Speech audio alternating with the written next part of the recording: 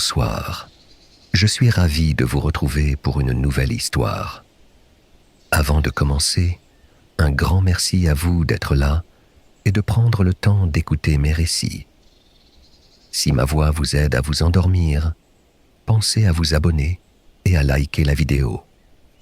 C'est un petit geste qui soutient mon travail et m'encourage à vous offrir encore plus d'histoires. Ce soir, avez-vous déjà imaginé ce qui se passe lorsque le vent souffle fort et qu'un étranger frappe à la porte, porteur de secrets et de récits venus d'ailleurs? Laissez-vous envelopper par la chaleur d'un foyer, la magie discrète des rencontres inattendues et les merveilles que la nuit peut révéler. Installez-vous confortablement.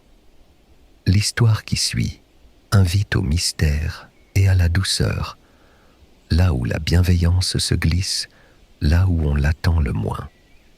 Bonne écoute et douce nuit.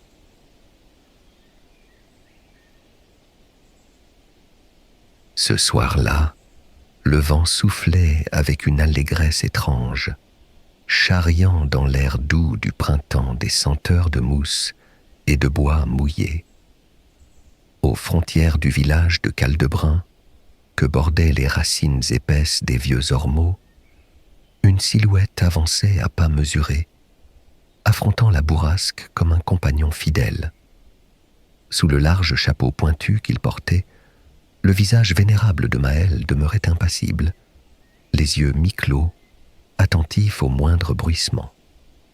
La barbe soigneusement taillée s'étirait autour de sa bouche fine où flottait un demi-sourire. Son manteau sombre se gonflait aux rafales, fouettant ses mollets d'une manière presque cérémonieuse. Maël semblait porter le vent lui-même en cape honorifique. Ses bottes raclaient rarement la pierre. Généralement, elles effleuraient la terre détrempée ou les touffes d'herbe qui débordaient sur les sentiers. À mesure qu'il s'approchait des premières maisons du bourg, une tension subtile parcourut le village. Derrière les fenêtres, des regards tapis se posèrent sur cette silhouette venue d'ailleurs. Des doigts nerveux tirèrent sur les rideaux en dentelle. Pour qui avait l'habitude d'y prêter attention, le grincement précipité des volets était aussi symptomatique que la peur elle-même. Maël ne paraissait pas s'en soucier. Il porta sa main à la visière de son chapeau et s'inclina brièvement devant chaque porche éclairée par une lueur d'huile tremblotante. Son ombre glissa sur les murs blanchis à la chaux, tandis qu'il soulevait le heurtoir. « Bonsoir. Y a-t-il une place pour un voyageur fatigué ?» Son accent ne trahissait ni région ni époque. Il semblait flotter dans une neutralité rassurante et hors du temps. La réponse venait rarement. Une lumière vacillait 2 secondes, puis s'éteignait brusquement. Trop d'histoires circulaient à Caldebrun sur ceux qui frappent tard aux portes étrangères. Alors, parfois, et seulement parfois, quelqu'un soulevait un pan de rideau pour observer cet homme dont la prestance ne ressemblait à rien de connu ici. Toujours, Maël saluait d'un simple signe de tête avant de poursuivre lentement son chemin. Sur son passage règne l'appréhension et la curiosité mêlées. Un vieux paysan frottant son potager derrière sa fenêtre murmure « Qu'a-t-il à venir par ici ?» Une grand-mère assise au coin du feu serre plus fort ses aiguilles à tricoter, imaginant toute une vie derrière cette barbe grise et ce regard voilé. Bientôt, ses doigts, gelés, martèlent un autre heurtoir gravé aux initiales effacées. L'écho résonne comme une demande polie dans la nuit chahutée. Rien que le soupir du vent en retour, et parfois l'aboiement exaspéré d'un chien insomniaque. Ainsi, Maël traverse-t-il la rue centrale, puis le chemin creux, où les ronces ourlent les talus comme des broderies sombres. Il ralentit encore face à une porte qu'aucune lumière n'éclaire. puis reprend sa marche sans hâte, ni regret apparent. Son pas commence à peser sous la fatigue et le froid mordillant ses doigts de gourd. Mais une détermination douce anime toujours sa démarche ordonnée. Le manteau bat la mesure dans sa traîne somnolente. Chaque rafale soulève sur lui l'ombre d'un frisson ancien, ou peut-être la promesse d'une halte improbable. Caldebrun semble tout entier refermé sur son secret ce soir-là, à moins qu'il ne guette au contraire ce que va choisir cet homme, venu demander abri sans insister jamais, mais sans renoncer non plus. Le manteau de Maël claquait doucement alors qu'il gravissait les 3 marches du perron. La maison posée au bord du chemin, un peu en retrait des autres, semblait appartenir encore à la lumière pâle de la lune, que dérobait partiellement un pommier en fleurs. Il frappa. Le bois rendit un bruit sourd, pressé par l'urgence calme d'un homme usé. Un souffle inquiet vacilla de l'autre côté, comme si la nuit retenait elle-même sa respiration. Après un temps qui sembla beaucoup plus long qu'il ne l'était, la porte s'entrebâilla sur Clara.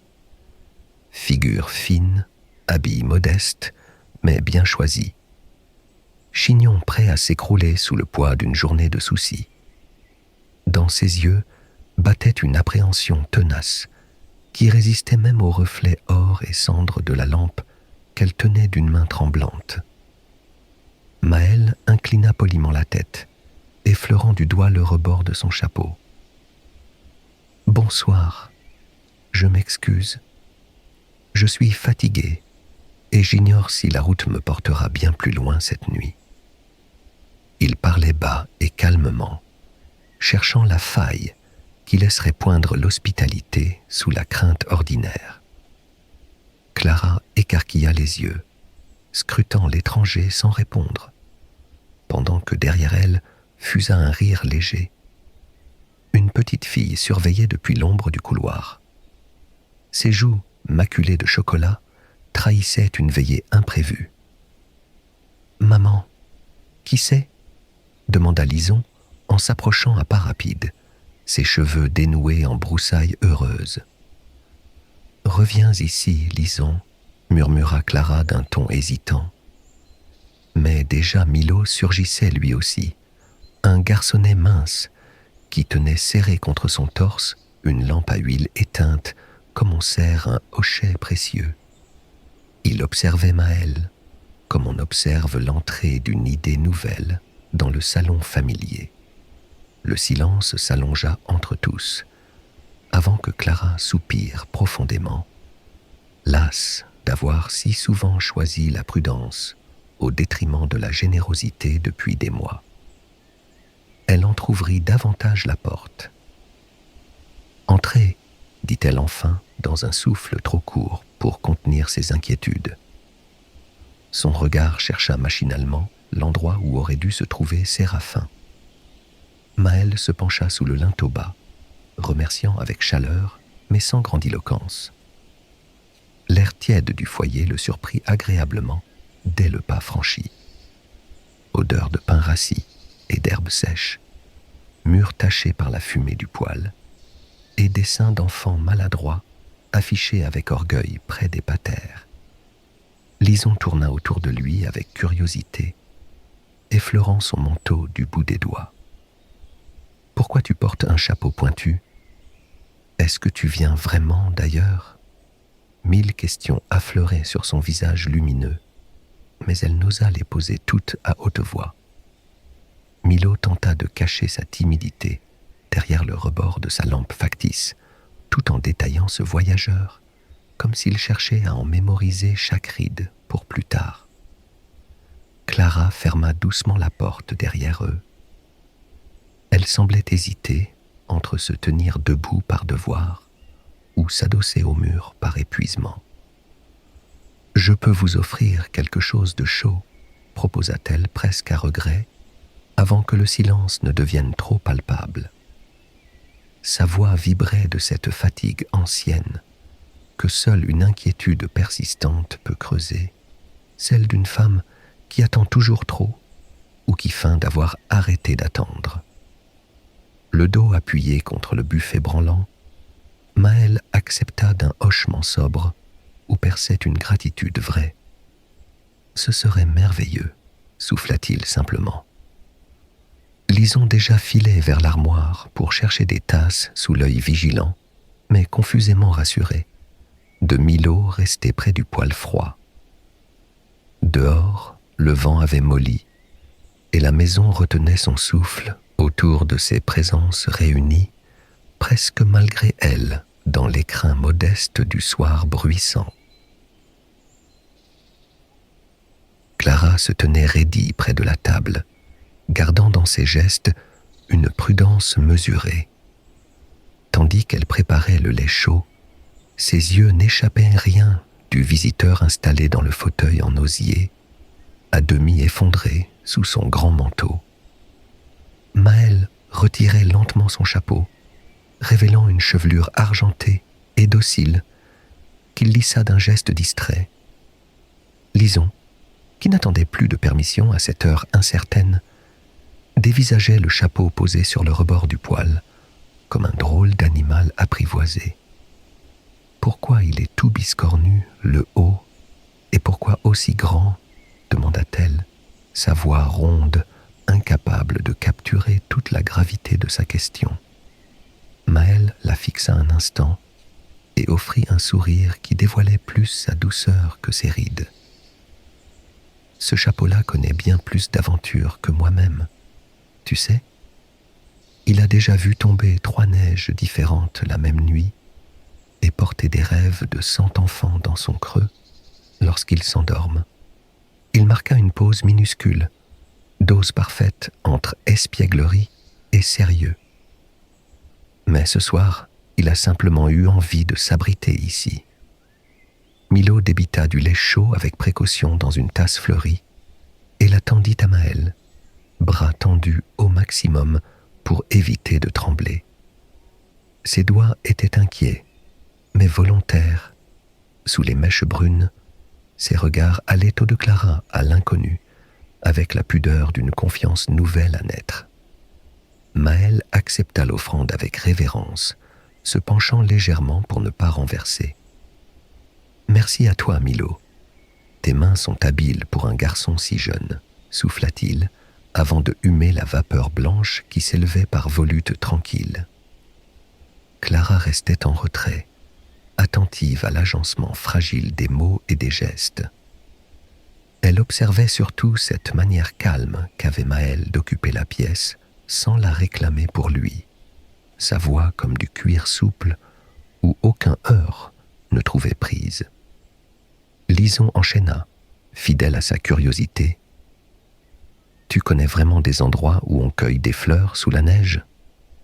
Est-ce que tu pourrais raconter ?» Le sourire de Maël s'élargit tout juste.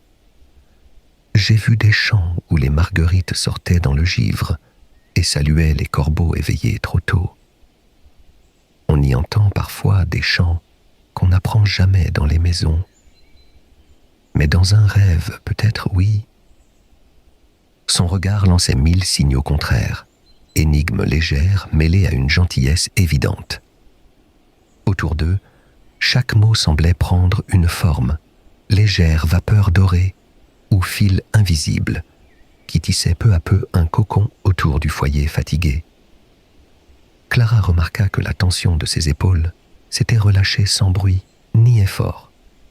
Elle se surprit même à remplir sa propre tasse, sans surveiller la présence étrangère si lourdement. Milo osa glisser. « Ma maman dit qu'ici les histoires ne poussent plus depuis longtemps. » Maël inclina la tête vers Clara, dont le visage avait blêmi fugacement. « Les histoires dorment parfois profondément. Mais elles aiment entrer quand on laisse une porte entr'ouverte ou juste un coin d'âme au repos, offrit-il doucement. Le tic-tac discret de l'horloge accompagnait la lenteur retrouvée du soir. Lison tapotait du bout des ongles sur le bord de la table pour suivre le rythme inventé par les souvenirs racontés. La fenêtre frémissait sous une rafale attardée. Le lait chaud adoucissait tous les silences. Le repas-soir tirait sur une lenteur moelleuse, comme si le temps, autour de la table ronde, s'était suspendu. Clara servait silencieusement la soupe aux légumes, les mains sûres, le visage apaisé par l'atmosphère à peine inhabituelle du foyer.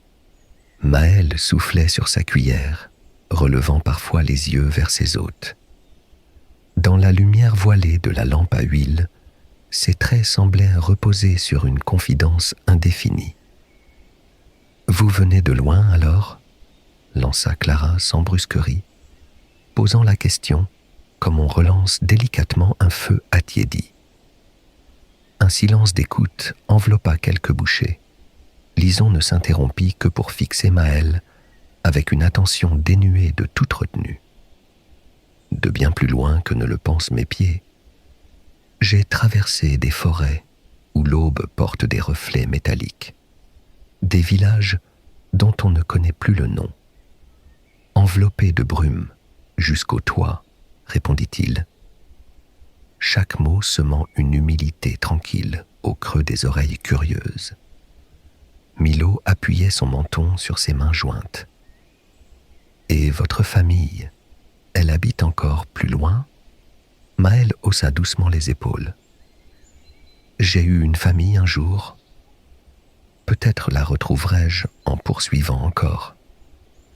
Il y a longtemps qu'on ne se trouve qu'à moitié là où l'on dort. » Clara pressentit dans ce flou une mélancolie polie. Elle n'insista pas sur la solitude désarmante contenue derrière les mots. Elle ralluma un bout de bougie, adoucissant davantage la pièce.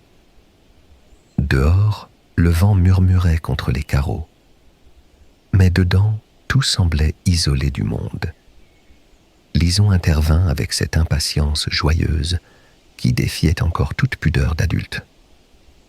« Mais alors, vous cherchez quoi en voyageant autant ?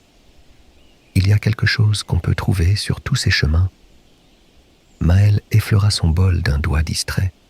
« Parfois, je cherche des histoires perdues. Parfois, seulement un toit pour la nuit, ou une chanson à échanger contre un peu d'eau fraîche. Et il existe des soirs où je ne cherche rien du tout, sinon le passage lent des étoiles sur un toit ami. » Lison éclata d'un rire clair.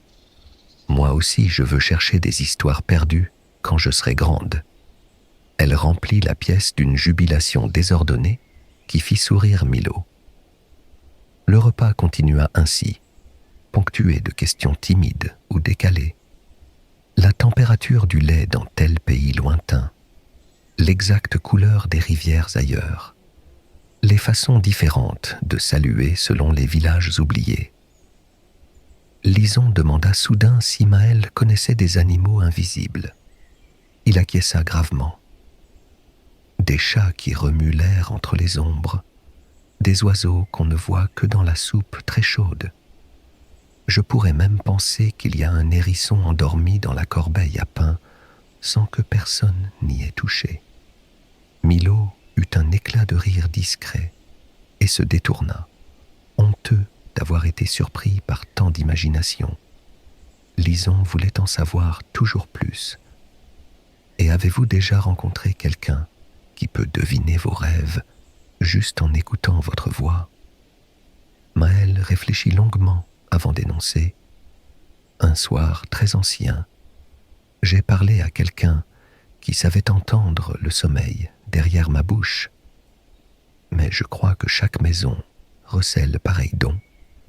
Il attend souvent dans la patience d'une chaise vide ou dans un coin près du feu.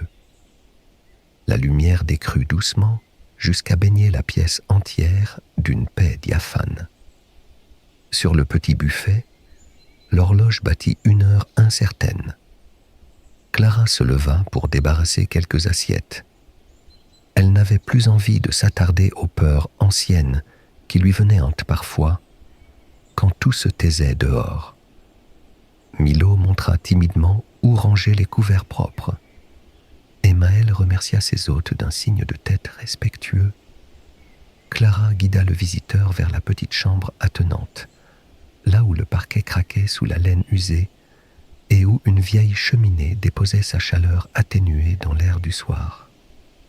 Maëlle posa près du lit son paquetage souple et déroula minutieusement sa couverture sur l'épaisse couette. Lison glissa sa tête par l'entrebâillement pour chuchoter « Bonne nuit » et fais attention aux animaux invisibles sous ton lit. Maëlle eut un sourire difficile à définir et referma doucement la porte en murmurant quelque chose que seul le bois entendit. La nuit couvrait la maison d'un voile épais où ne filtrait plus aucun chant d'oiseaux ni rumeur du dehors. Le feu crépitait dans l'âtre, dernier souffle tiède dans l'ombre tranquille. Clara s'endormit, le front apaisé, le livre posé contre sa poitrine. Elle avait cru surprendre, en fermant les yeux, une paix nouvelle, ténue mais tangible, comme un fil d'or sur le tissu du sommeil. 1 heure passa, puis peut-être 2. L'horloge s'était tue. C'est un bruit discret, presque timide, qui déchira doucement la trame de sa nuit. Clara entr'ouvrit les paupières. Les sons, ou leur absence, semblaient amplifiés. Le feu chuchotait à peine. Sous la porte, une brise légère frôlait les fibres du tapis usé. Clara hésita à se lever. Son esprit interrogeait déjà cette sensation trouble. Un souffle court, puis le craquement furtif d'une latte, là-bas dans le couloir. Elle se redressa, tentant de dompter le picotement glacé qui lui animait la nuque. L'intérieur de la maison lui parut allongé, distendu par une obscurité mouvante. Les bruits revinrent, à pas feutrés, comme des songes échappés des tiroirs fermés trop vite. Clara enfila son châle par-dessus sa chemise et ouvrit sans bruit la porte de sa chambre. Dans le corridor, la pénombre ondulait sous la lueur vacillante du réveil oublié sur la commode. Sa respiration lui semblait trop sonore pour la tranquillité fragile du moment. Elle sentit l'air chargé d'humidité et chercha à localiser ce qui troublait ainsi la quiétude nocturne. Un murmure fugace s'éleva tout près, trop limpide pour venir d'un rêve. Une phrase inarticulée glissa contre le bois, s'évapora sur les murs. Clara s'immobilisa au pied de l'escalier. Elle crut reconnaître une voix familière, mais se persuada aussitôt que c'était impossible.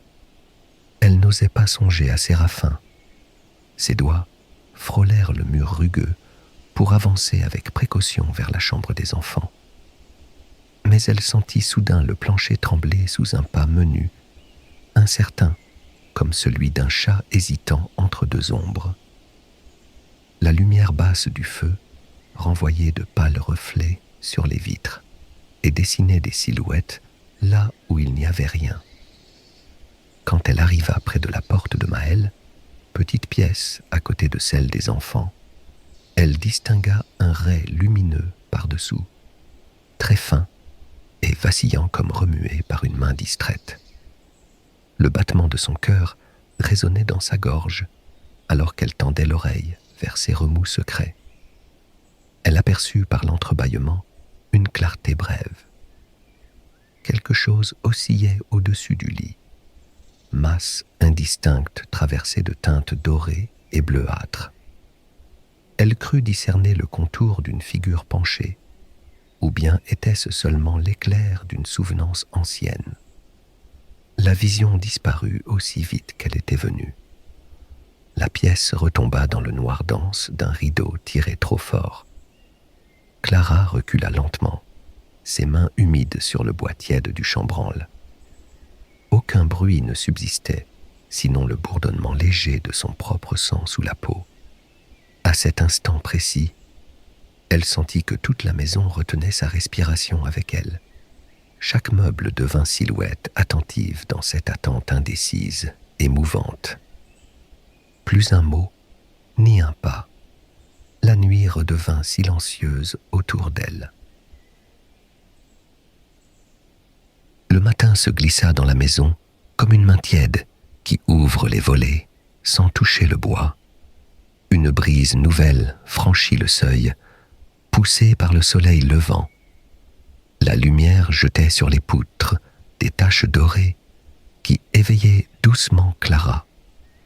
La fatigue de la nuit s'accrochait à ses épaules, mais l'inquiétude, plus légère que la peur, plus tenace que la curiosité, lui fit quitter son lit avant que les enfants ne remuent.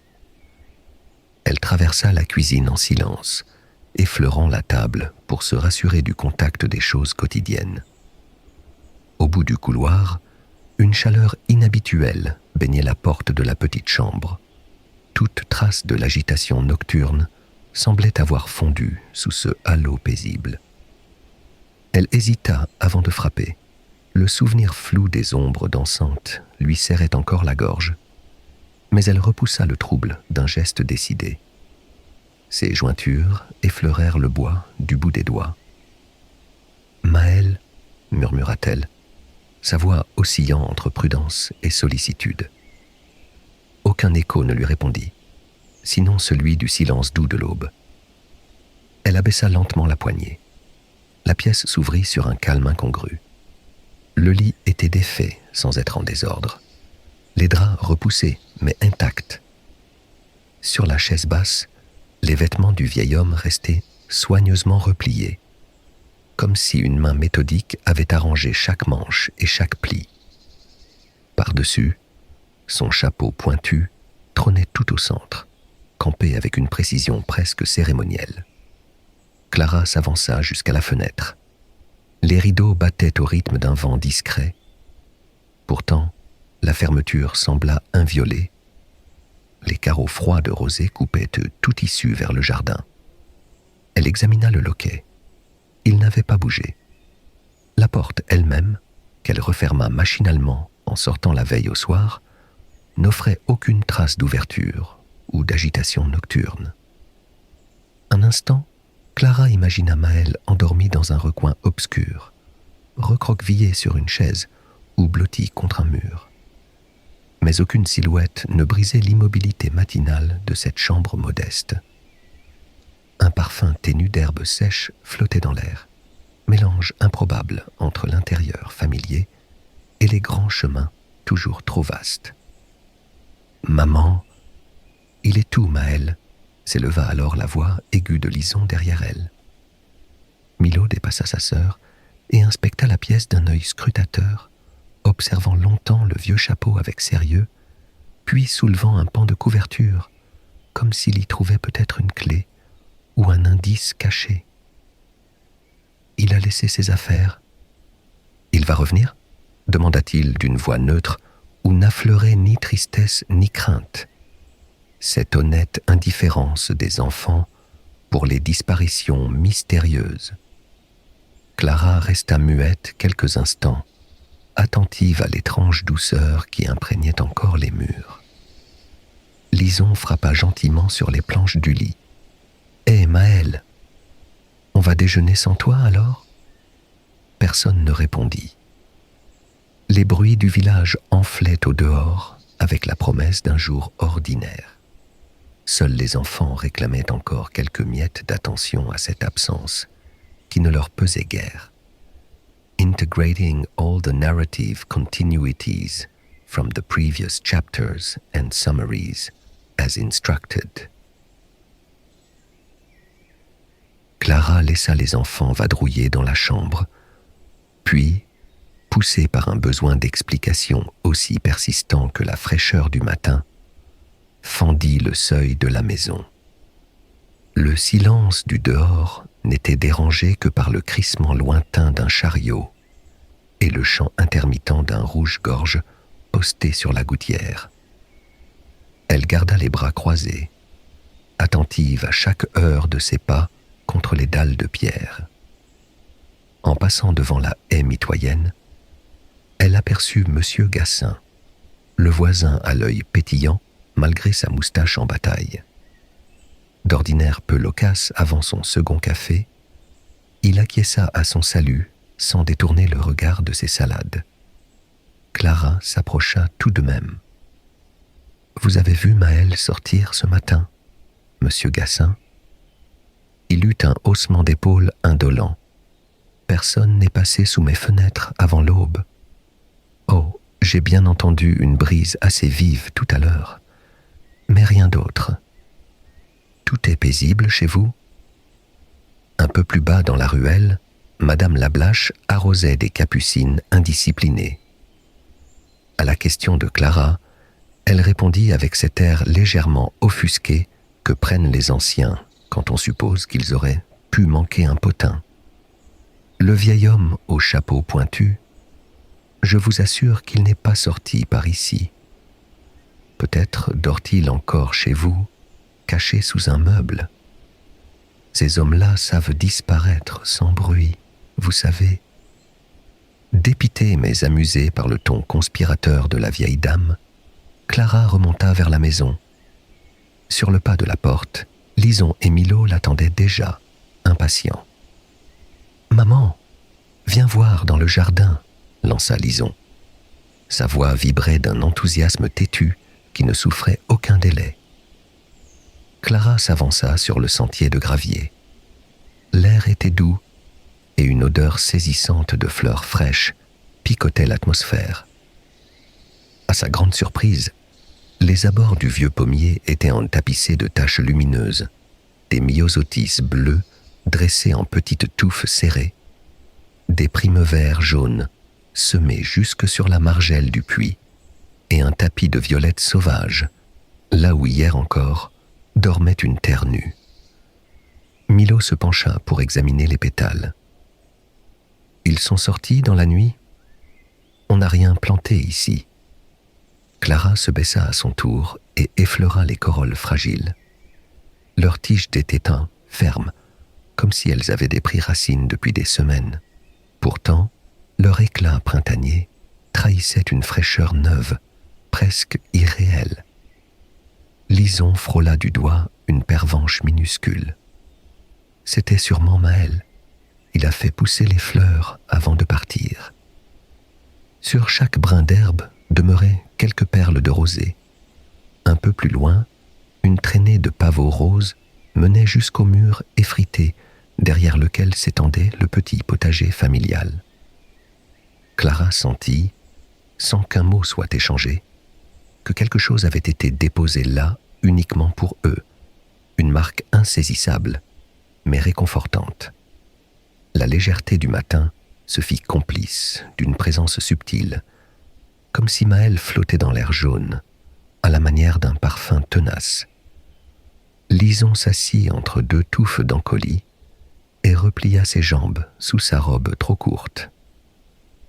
Il reviendra peut-être, ou alors il laisse des indices pour qu'on trouve le chemin vers lui. Milo ferma les yeux et inspira longuement sans rien dire.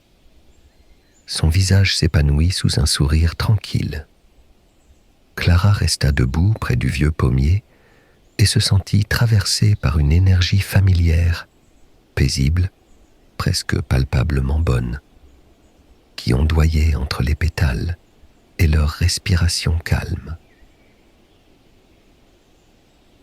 Les jours s'étiraient dans une succession de matins feutrés, pareils, mais jamais identiques, marqués par la lumière plus éclatante sur les vitres et le parfum tenace des fleurs nouvelles. Clara reprenait le rythme patient de la maison, entre tâches domestiques, leçons improvisées aux enfants et surveillances attentives du jardin, où les traces invisibles de Maëlle semblaient désormais mêlées à la terre. Parfois, une brise inhabituelle traversait la cuisine, tandis qu'elle épluchait des carottes ou battait un œuf. Elle croyait alors percevoir à la limite de l'ouïe le timbre grave du vieil homme, comme un écho discret logé dans les murs ou les rideaux.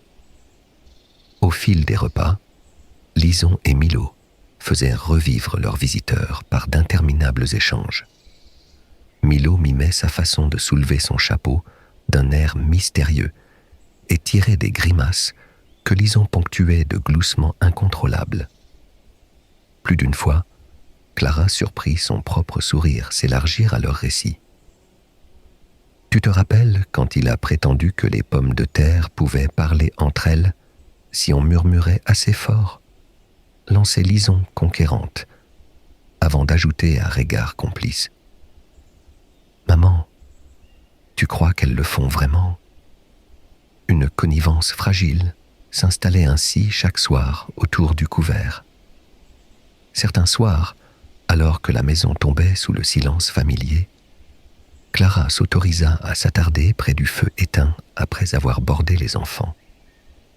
Elle décidait de ne pas allumer la lampe tout de suite et fermait les yeux sur un fauteuil trop usé. Là, bercée par l'obscurité douce, elle cherchait inconsciemment quelque indice, un froissement subtil dans l'ombre du grenier, ou le souvenir exact d'un conseil presque sibyllin lancé par Maëlle juste avant le repas. Il vaut mieux écouter le vent que le gronder, avait-il laissé tomber une nuit de courte confidence.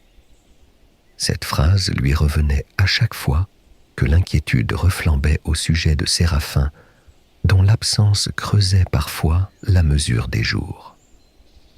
Mais l'inquiétude avait changé de nature. Quelque chose dans la texture même du temps s'était déplacé, une souplesse nouvelle invitée dans les gestes et dans les attentes. Sans que Clara n'en parle jamais franchement à ses enfants, ni même ne se l'avoue vraiment tout haut, il régnait dans la petite bâtisse une sensation paisible de recommencement. Les fleurs au pied du pommier ne fanaient pas. Il leur semblait que la maison elle-même respirait plus amplement, comme lavée d'un souci ténu qu'on n'identifiait plus très bien. Milo accrocha un matin un galet poli près du seuil, persuadé qu'il s'agissait là d'une offrande au passage secret, pour que Maëlle ait envie de revenir voir si on garde bien son jardin. Lison veillait jalousement sur une prune verte apportée en offrande quotidienne à la souche du vieux prunier. On ne sait jamais d'où ils entrent, ni où ils ressortent, disait-elle avec gravité. Chacun gardait ses rituels discrets pour cultiver l'invisible. Le soir venu, Clara ouvrait parfois le carnet où elle notait quelques souvenirs marquants, petites recettes transmises par Maëlle, ou observations troublées sur la pousse inopinée d'une bourrache au coin d'une marche. Entre deux lignes écrites d'une main fatiguée, apparaissait souvent une question en suspens. Était-il vraiment réel ? Mais au fond, la réponse importait peu. Ce qui persistait surtout était l'état étrange, mais rassurant, dans lequel il avait laissé maison et cœur. Sous le vieil abat-jour ovale, qui projetait son halo bancal sur la nappe rapiécée, 1000 signes subtils témoignaient du passage d'une déconcertante bienveillance. Dans la patience accrue des enfants, comme dans les silences apaisés de leur jeu. Et c'est là que commençait chaque nuit nouvelle, tout doucement. Un matin de grand ciel, la lumière des premières heures fuyait au travers des branches du pommier, lorsqu'une voix résonna comme un écho oublié sur le chemin, tout juste discernable, mais familière. Clara, qui épluchait des pommes de terre sur le pas de la porte, sentit son cœur accélérer sans raison. Ses mains s'arrêtèrent. Là-bas, sous l'arche cloutée de la haie d'aubépine, avançait une silhouette qu'elle aurait pu reconnaître entre 1000 autres, longue, voûtée, avançant d'un pas prudent, mais résolu dans la poussière dorée. Elle cligna des yeux pour se défaire d'un mirage, mais la silhouette persistait. L'homme s'approchait, portait la veste beige rapiécée de Séraphin. Au fur et à mesure que l'espace entre eux s'amenuisait, elle vit son visage, amaigri par les mois, cerclé d'ombres sombres près des yeux, mais intact dans sa douceur coutumière. Il ralentit à 5 mètres du seuil, comme pour ménager l'instant. Clara mourait d'envie de franchir en courant cette distance minuscule et infranchissable. Lison fut la première à le voir. Elle bondit presque avant d'avoir compris. « Papa !» hurla-t-elle en glissant sur le carrelage mouillé du couloir. Milo ne cria pas. Il resta figé un instant avant que ses yeux humides n'époussent un sourire lumineux, puis il fondit également dehors, à la rencontre de ce père longtemps espéré. Séraphin s'accroupit maladroitement pour recevoir Lison, qui s'agrippa à sa nuque avec une force surprenante. Milo arriva juste après et les serra tous les deux si fort que la voix de leur père se brisa légèrement. « Oh, mes petits, vous m'avez tant manqué !» Leurs rires se mêlèrent bientôt à quelques sanglots impatients, mal contenus. Clara ne bougea pas immédiatement. Se tenir là un instant lui semblait nécessaire pour achever ce que le manque avait commencé en elle. Son regard croisa celui de Séraphin. Il y lut une promesse sans mots, celle de tenter à nouveau chaque jour en famille, malgré le temps perdu ou les doutes sourds. Il franchit enfin le seuil et referma doucement la porte derrière lui, comme quelqu'un qui revient dans un espace sanctifié par l'absence. L'atmosphère vibrait d'une chaleur presque miraculeuse. On aurait dit que même les murs respiraient différemment. À table, Lison tenta d'expliquer comment on pouvait faire fleurir les pruniers plus vite si on leur chantait à l'oreille avant la pluie. Séraphin esquissa un rire perdu, quelque part sous sa fatigue, puis pinça gentiment la joue de Milo. « Alors, c'est donc ça votre secret ?» Clara se surprit à redécouvrir chaque détail du visage de son mari, rides nouvelles, éclat tendre des yeux, comme si elle tâtait du bout des doigts le fil tremblant de leur existence retrouvée. Un souffle parfumé traversa alors la pièce. On sentit davantage encore l'odeur des fleurs du jardin diffuse sous la porte entr'ouverte, aussi nette qu'un message lancé par le vent familier. Chacun sentit sans prononcer son nom que quelque chose avait changé, qu'on se trouvait au bord d'une chance nouvelle, apportée par le passage inexplicable de l'inconnu au chapeau pointu. Milo s'attarda à tourner et retourner dans sa main le galet poli suspendu près du seuil, persuadé que cette offrande silencieuse faisait partie du miracle présent, tandis que Lison posait sur la table sa prune verte intacte, en offrande discrète au recommencement soudain venu habiter la maison. Séraphin passa la première nuit dans le grand lit rafistolé, blotti entre les bras timides de ses enfants et la main légère de Clara. L'hésitation qui planait encore entre eux fondit sous une évidence. Il était vraiment revenu, et rien, ce soir-là, ne demandait plus d'explication. Lison, tapie contre son épaule, murmura les bribes d'une chanson imaginée, égrenant sur son père une étrange tendresse qu'il recueillit comme de l'eau fraîche.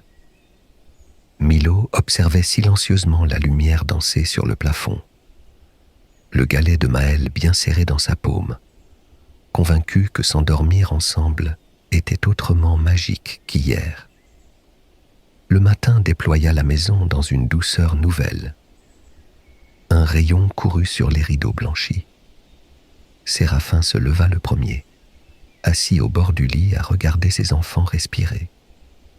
Longtemps, il écouta le souffle paisible de Clara, puis sortit dans le jardin encore humecté par la rosée. Il s'arrêta sous le vieux prunier et caressa l'écorce rugueuse. Des bourgeons gonflés perçaient déjà. sentiment étrange, comme une gratitude animale envers la nuit et ses secrets bienveillants, grimpa en lui. Clara s'éveilla au son léger de la bouilloire et trouva Séraphin penché sur la fenêtre ouverte.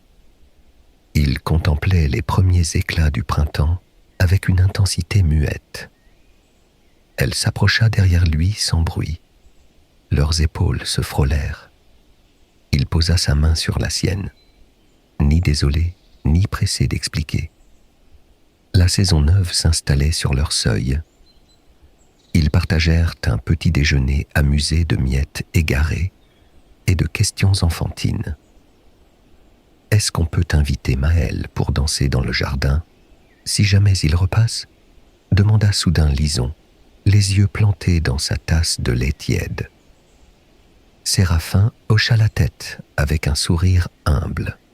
« On ne peut jamais savoir quand un hôte inattendu vient changer notre chance, » répondit-il doucement, et tout le monde sentit que c'était peut-être vrai. La journée se déroula ainsi, paresseuse et occupée tout à la fois, pleine de bras tendus vers la lumière et de rires naïfs cachés sous les branches en fleurs. Les gestes anciens reprirent place sous le toit, entretenir le feu, nettoyer les peaux brisées par l'hiver, recoudre une chemise fatiguée. Chaque tâche devenait soudain un rituel précieux pour regagner ensemble ce qu'ils croyaient perdu. L'après-midi fila dans une paix lumineuse à peine voilée d'un souvenir étrange. Personne ne parlait plus très fort du vieil homme au chapeau pointu. Mais parfois, en passant près des violettes semées par miracle sous la fenêtre, on sentait remonter une note d'irréel. Clara ferma les yeux devant la profusion soudaine des fleurs. Elle accepta simplement que certains mystères protègent mieux que 1000 certitudes. Au crépuscule, ils se retrouvèrent tous dehors pour regarder les chauves-souris effleurer l'air chaud. Le monde semblait aussi neuf qu'avant l'absence. Pourtant, leur histoire portait désormais l'empreinte fugace des miracles silencieux. Dans un souffle tissé d'étonnement tranquille, la famille contempla leur jardin rénové par la chance. Et dans l'ombre complice des arbres printaniers, chacun ressentit confusément que ce bonheur simple devait beaucoup à ceux qui ne reviennent pas toujours, mais dont on garde longtemps l'écho discret. Plus tard ce soir-là, alors que la maison retombait lentement dans le silence tendre de l'après-rencontre, on put croire, juste un instant, qu'au seuil où veille le galet poli et la prune intacte, quelqu'un murmurait encore tout bas « Soyez bénis » pour avoir laissé entrer l'inconnu. Tandis que Clara fermait les yeux contre Séraphin apaisé, elle perçut au creux du sommeil cette certitude neuve. Désormais, rien n'était trop improbable ni trop fragile, tant qu'on garde une porte entr'ouverte sur l'imprévu. Et jamais Caldebrun n'oublia cette nuit où même les fleurs sauvages avaient de remercier quelqu'un sans visage connu pour leur avoir rendu le printemps.